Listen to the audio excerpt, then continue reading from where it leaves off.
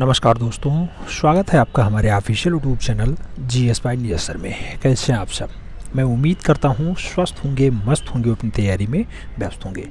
मित्रों, आज की जो क्लास है ये बहुत सारे क्वेरीज के बाद खंडसा को जो है फाइनली हमने सोचा है कि अब कैसा आप लोगों की सबसे ज़्यादा जो डिमांड थी कि जो है पेन पेंसिल और इससे कराया जाए, तो ये है आपके सामने पटरी 1 फीट वाली।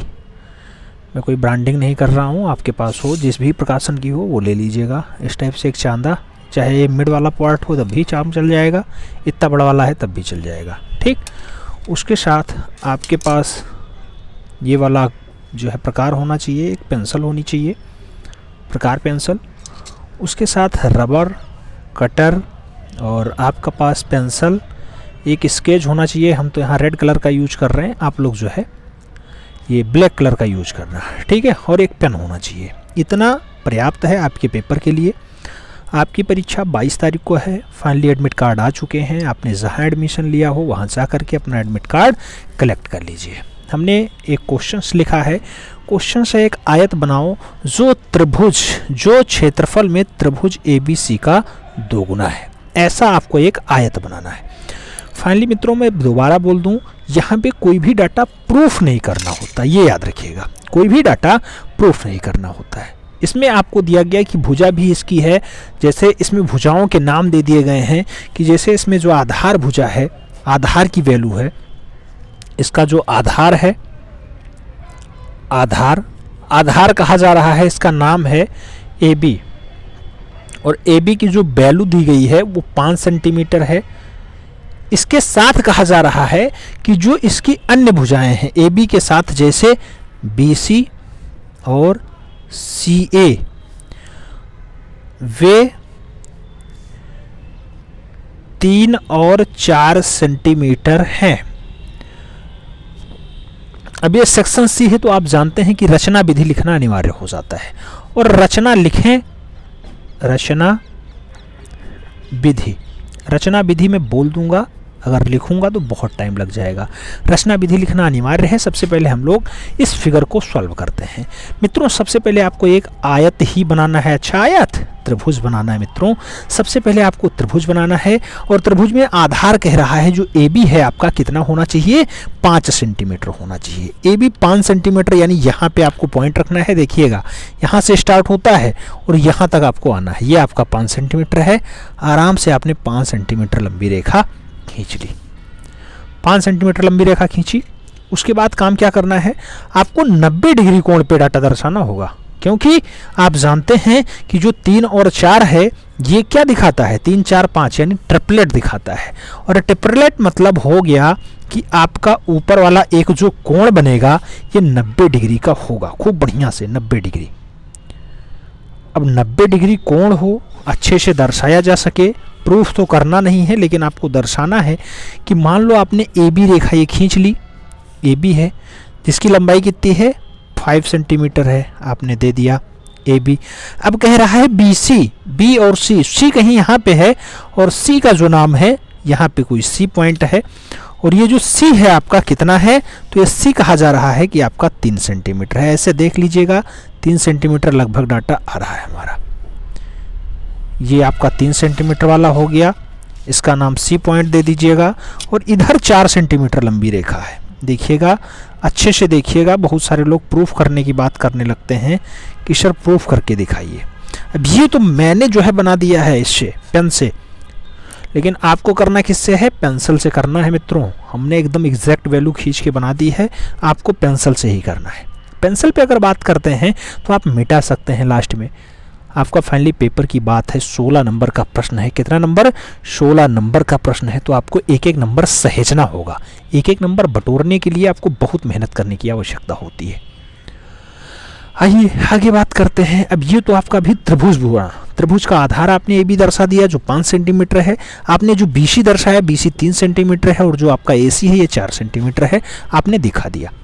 इसके बाद जो आपका काम है वो फाइनली क्या करना है, समानांतर रेखाएं खींच करके काम करना है।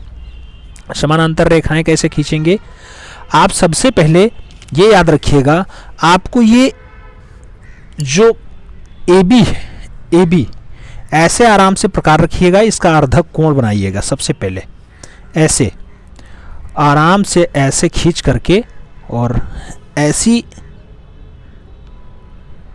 ऐसे आपने एक कोई उचित दूरी भर ली, कोई फिक्स नहीं कि इतने भरना है, कोई उचित दूरी भरी, आराम से चाप लगाया और उसी पे काम कर लेना है आपको। ऐसे फिर आपने जिस पॉइंट से कट किया था उसे कट करना, फिर अगला काम वही करना, जिस पॉइंट पे आपने आगे कट किया है उस पे कट करना और ऐसे निकालना, फिर आगे लगा देना है ऐसे, और फिर काम क्या करना है, आपने अगला प्रकार इस वाले पॉइंट पे रखना है जो आगे आपने कट किया था, और यहाँ से आराम से ऐसी रेखा काट देनी है। जो आपका ये वाला कटा हुआ पॉइंट मिला, ये वाला जो पॉइंट मिला, ये आपका ए पे एकदम लंब होगा, ए पे एकदम लंब रेखा होगी। आप मिला करके देख लीजिएगा। आपका ये दृश्य है और ये दृश्य आपस में जब मिलान करेंगे, ये बीच वाला पॉइंट है ऐसे, तो ये आपका एकदम सीधा रेखा होगा। आप देखिएगा, ये थोड़ा सा पहले हो गया, आप देख सकते हैं, ये थोड़ा सा बहुत बारीक सा इधर होना चाहिए पीछे, ठीक है, दिखाई दे रहा है एकदम लंब। वही काम आपको बी पॉइंट पे भी करना है। बी पॉइंट पे क्या करेंगे, ऐसे आप प्रकार उठाइएगा, पेंसिल से आराम से उचित दूरी भरिएगा, एक चाप लगा लीजिएगा, बढ़िया सा एक चाप ऐसे लगा लीजिएगा। थोड़ा सा सावधानी रखिएगा, हर एक पॉइंट पे आपको नंबर मिलने वाला है, तो आपको जो है नंबरों का विशेष ध्यान देते हुए प्रकार हिले डूले ना ज़्यादा और आपका काम भी कर दे, ऐसा चाप लगाइएगा। तो इससे जो है एग्जामिनर प्रभावित होगा और आपको पूरा नंबर देने के लिए बेहतर होगा। फिर आपने जो बेस लाइन थी वहाँ पे आपको प्रकार का नोक रखना है और आगे क्या करना है, चाप लगा देना है। ऐसे चाप लगाया, अभी एकदम थोड़ा सा रेखा के पास दिखाई दे रहा है, थोड़ा सा ऊपर भी हो सकता है। यही चाप दोबारा जो आपने कट किया है उससे आगे लगाइएगा इस टाइप से, और फिर काम क्या करना है, आगे बस केवल और केवल टच करना है ऐसे ऐसे। फिर पॉइंट क्या करना है, आपने आगे जो कट किया था यहाँ रखिएगा और यहाँ से फिर आपको वही दूरी कट कर देनी ऐसे। यही मैं डिजिटल बोर्ड पे भी बताता था, लेकिन लोगों को कम समझ में आता था। अब काम क्या करना है, अब आपको काम ये करना है कि आपका जो ये कटा हुआ पॉइंट है, ये वाला, इस पे बी के सहारे एकदम समानांतर रेखा खींच देनी है ऐसे ऐसे, इसे टच करते हुए आगे बढ़ जाए। हल्की सी झुक गई है, इसे थोड़ा सा और इधर अंदर आना चाहिए था, हल्का सा अंदर आना चाहिए, ज़्यादा नहीं। और फिर काम क्या करना है, फिर काम आपको करना है जो आपका ये ए बी था, जो ये ए बी था, इसी के समानांतर, समानांतर मतलब एकदम ऐसे सीधे सी पॉइंट से लगी हुई एक रेखा खींचना। लगी हुई एक रेखा जो आप खींचेंगे, इसका नामकरण कुछ कर देना ऐसी रेखा, ऐसी रेखा। और ये जो आपकी अभीष्ट रचना तैयार होगी, जैसे ए बी सी था, इसे डी कर दो, इसे ई कर दो। आपने डी ई रेखा किसके समानांतर खींची, जो डी ई रेखा है ये समानांतर है ए बी के। किसके समानांतर है, ए बी के। और फाइनली जो आपने रचना बनाई, ये आपको पी नाम दे देना, ये आपने क्यू नाम दे दिया। अब आपका जो फाइनली रचना बनेगा वो ए बी किसके समानांतर होगी, sorry A P, A P, A P, AP किसके समानांतर है, तो एपी समानांतर है बी क्यू के, बी क्यू वी क्यू के। अब आपने नामकरण कर लिया है, रचना विधि लिख लिया है। आराम से रचना विधि कैसे लिखेंगे, सबसे पहले हमने एक आधार रेखा खींची। आधार रेखा क्या खींचा आपने, ए बी खींचा, लंबाई कितनी 5 सेंटीमीटर। देन हमने फाइनली बी सी 3 सेंटीमीटर और ए सी 4 सेंटीमीटर की लंबी रेखाएं मिला करके एक त्रिभुज का निर्माण किया, जिसका नाम ए बी सी हुआ, त्रिभुज ए बी सी, जिसका नामकरण हमने किया। अब हमें प्रश्न में कहा गया है कि जो हमारा ए बी है, ए बी का क्षेत्रफल का 2 गुना एक आयत बनाना है, आयत रेक्टेंगल बनाना है, और वही काम हमने आगे किया है। फाइनली हमने ए पॉइंट लिया, ए पॉइंट पे हमने कोणों पे लंब रेखाएं खींच करके जो हमारा लंब रेखा था ए पी बना, और फाइनली जो हमारा बी पॉइंट था, बी पॉइंट पे जब हमने वही काम दोहराया यानी लंब रेखा खींचा, तो फाइनली हमें ए क्यू प्राप्त हुआ। और ए पी ए क्यू किस रेखा पे हैं, तो फाइनली जो हमने ए बी के समानांतर सी पॉइंट को टच करती हुई एक रंग जो है समानांतर रेखा खींची थी ए बी के, जिसका नाम था डी ई, उस पे हमें पी और क्यू पॉइंट मिले जो हमारे अभीष्ट आयत के अंग हैं। जैसे अभीष्ट आयत जो बना A B Q P, A B P Q की अगर बात करते हैं तो इसका जो क्षेत्रफल है वो 2 टाइप्स ऑफ त्रिभुज ए बी सी के है, यही आपको दर्शाना था, बाकी आपको प्रूफ कुछ नहीं करना था। यही रचना विधि लिख देंगे, 16 नंबर आपका हो जाएगा, उसमें कोई दिक्कत नहीं। तो ये तो बात हो गई खंड सा की। बहुत सारे लोग परेशान थे खंड सा से, बहुत सारे लोग परेशान थे। ऐसे खंड सा से अगर कोई और क्वेश्चंस हम सॉल्व करना चाहें तो जैसे हम बात करते हैं अगले क्वेश्चंस की, अगला क्वेश्चंस भी आप सॉल्व कर सकते हैं, कोई बहुत बड़ी बात थोड़ी ना है। जैसे एक प्रश्न और सॉल्व कर लें, इसी में अभी टाइम है। अथवा और रचना विधि हमने बोल ही दिया है। अथवा मान लो आपसे कोई इलिप्स कह दे, कोई इलिप्स कह दे, इलिप्स यानी दीर्घवृत्त कह दे, और दीर्घवृत्त का निर्माण करने को कह दे, तो दीर्घवृत्त आप कैसे बनाएंगे? जैसे ऐसे आराम से लीजिएगा और दीर्घवृत्त जो है थोड़ा सा चपटा हुआ भाग, थोड़ा सा ऐसे, और जो है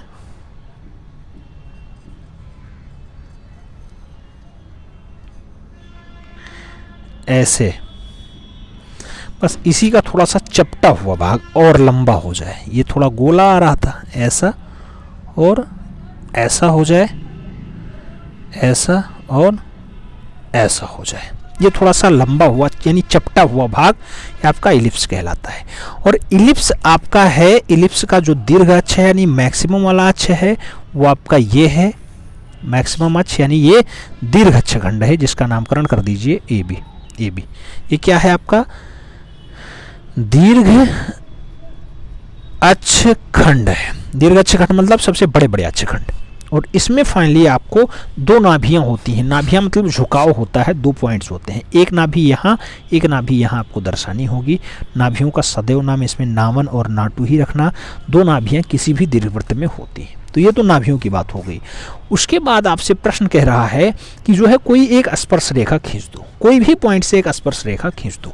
जैसे आपको नाम दे दिया गया कि ए बी आपका फाइनली दीर्घ अक्षखंड है, जिसकी नाभियां नामन और नाटू हैं। आपका जो अभीष्ट दीर्घवृत्त बना हुआ है, इस पे बिंदु सा पे, ये बिंदु है आपका सा, और इस पे आपको स्पर्श रेखा खींचने को बोल रहा है। तो कैसे खींचेंगे स्पर्श रेखा? आराम से पट्टी उठाइएगा, एकदम साइड से रखते हुए ऐसे पॉइंट रखिएगा और आराम से ऐसे आगे बढ़ा दीजिएगा। यही आपकी स्पर्श रेखा हो जाएगी, जिसका नामकरण आप कर सकते हैं। इसे पी और क्यू कर देना, फिर रचना विधि लिख देना, फिर रचना विधि लिख देना। क्या लिखेंगे? सबसे पहले हमने एक क्या बनाया, क्या बनाया? सबसे पहले हमने एक दीर्घवृत्त का निर्माण किया, जिसमें हमने दीर्घ अक्ष ए बी और फाइनली उसकी नाभियां नामन और नाटू, नामन और नाटू ये दोनों नाभियां हैं, नाभियां नामन और नाटू हैं। उसके बाद फाइनली हमने सी पॉइंट से या सा पॉइंट पे हमने एक स्पर्श रेखा का निर्माण किया, जिसका नामकरण ए क्यू है। यह स्पर्शी रेखा दीर्घ अक्षखंड को एक ही बिंदु सा पर टच करते हुए आगे बढ़ती है। यही हमारी अभीष्ट रचना हुई। यही आप रचना विधि में लिखेंगे, आपका पूरा नंबर कंप्लीट होगा। ठीक, और कोई बात? और एक प्रश्न कराया जाए क्या, या 2 प्रश्न पर्याप्त हैं? खंड सा के ही हैं दोनों, खंड सा के ही हैं दोनों। और अगर बात करिए तो और करवा दें। जैसे आप देखिएगा इस टाइप से आगे बढ़ें, अगला खंड और देख लेते हैं। आपसे खूब ज़्यादा क्वेश्चंस पूछता है। जैसे आप देखेंगे परीक्षा पास में है तो आपको मेहनत करने की आवश्यकता है, और मेहनत आप सब कर रहे हैं। हमें उम्मीद है कि आप सब फिर से यूपी टॉप करेंगे और हमारा नाम करेंगे। लेकिन अब खंड भी थोड़ा बदल देते हैं। जैसे अभी खंड फा की बात कर लेते हैं। कौन सा खंड? खंड फा की बात हो रही है, और इस पे हम लोग थोड़ा सा चर्चा कर लें। खंड फा आप जानते हैं सममितीय चित्रण होता है। कोई एक प्रश्न आपको सॉल्व करना होता है।